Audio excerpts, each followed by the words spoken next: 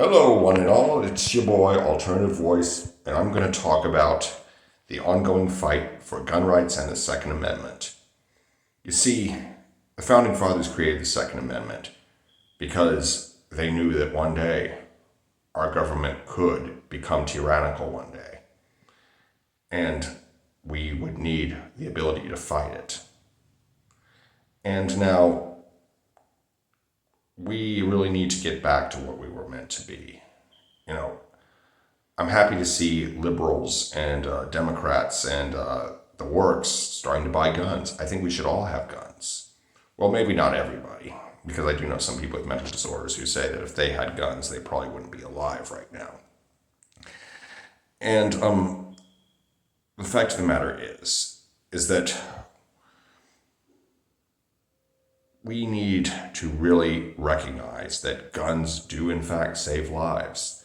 I mean, look at some of the worst terrorist attacks that have happened. They weren't the result of guns. In fact, there were often no guns involved. Look at 9/11. Look at the ramming attack in Nice. The Oklahoma City bombing. The list can just go on and on and on. In fact, all of those mentioned incidents, they killed way more people than the worst mass shooting in history in Las Vegas, which accounted for something like 59 people killed, just under 60. And anyway, what we have here is rifles of all types kill less people than blunt objects, bare hands, and knives. And that's the truth. You can look it up in the links below.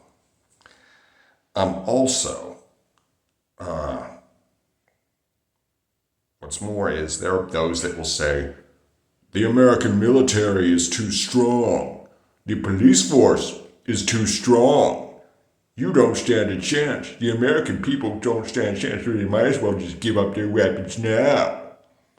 Well, I got a little history lesson for you.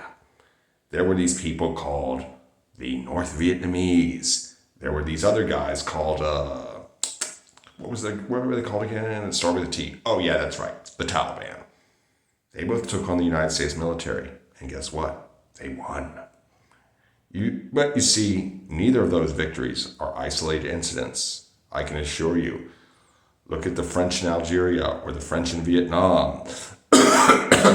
Victory goes to the professional military or the insurgents. It went to the insurgents, as it did in Afghanistan with the Soviets and the Americans.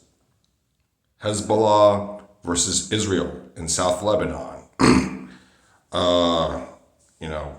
There was just so many others. In any case, there's also the Russians in Chechnya to look at as well. And there have just been, countless cases of the insurgents overcoming the professional military. And at least since World War II. Anyhow, another thing that we need to stop doing is we need to stop staying on the defensive. Instead of trying to, fight against, magazine bans and trying to prevent them from being implemented, we need to get certain things lifted, like the National Firearms Act, the Gun Control Act of 1968. All of those need to go, and we need to fight. See, they're not just coming after firearms anymore. They're after body armor. They're after tactical equipment. They're after magazines, like quote-unquote high-capacity magazines. And by high capacity, they basically mean anything over 10 rounds. And, just get this all lifted.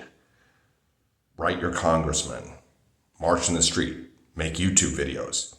Because this is the good fight. And I know we can win if we all do our part. I'm trying to do my part right now by making this video. And I hope I can inspire at least one of you to do the same. Anyhow, but it's not going to be all at once. No, they're way too smart for that. See, what they're doing is they go after this person's gun. They go after that person's gun.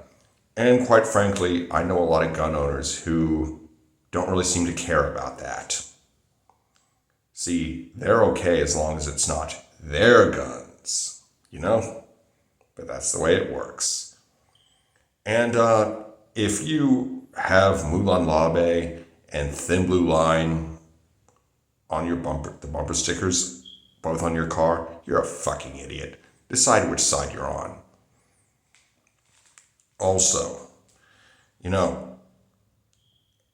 all of this shit is just something we need to fight. And quite frankly, a whole lot of crime is occurring in states with in cities with very strict gun laws, such as Los Angeles, New York City, San Francisco, Chicago, and the list just goes on. These cities with very strict gun laws have very high crime rates because people are doing smash and grabs, they're terrorizing people, they're just all over the place, and the police are nowhere to stop them. In fact, the police are under no obligation to protect us. You can look it up for yourself. Do not take my word for it. There has been ruling after ruling after ruling that they have no obligation to protect us. Don't take my word for it. Look it up. Or just check the links in the description box. That being said, I am trying to be the voice that educates people, informs people, and rallies people. I'm not saying we need a violent revolution. We most certainly don't. At least not yet. And hopefully we will never need it. And I, as of now, discourage political violence. It should always be a last resort. I am not advocating that you go out and assassinate or kill or attack anyone or anything. Quite the opposite. I feel that, mass shootings have done a lot for the anti-gun crowd. However, mass shootings have been stopped by armed individuals. Look at, there's links to it in the description box. You can check them out if you want to. I have multiple examples there. Not only that, have you ever noticed that mass shooters tend to target gun-free zones? Because why? Criminals don't respect the law. That's why they're criminals. And a gun-free zone? Oh wow, a gun-free zone. How is it going to save anyone or anything against somebody who wants to really do harm? Bad guys don't respect rules. It's just that simple. And anyway, it is my hope that you enjoyed this video. Be sure to like, comment, share, and subscribe. Sig Semper Tyrannis, Mulan Labe, and don't tread on me. Be good, y'all.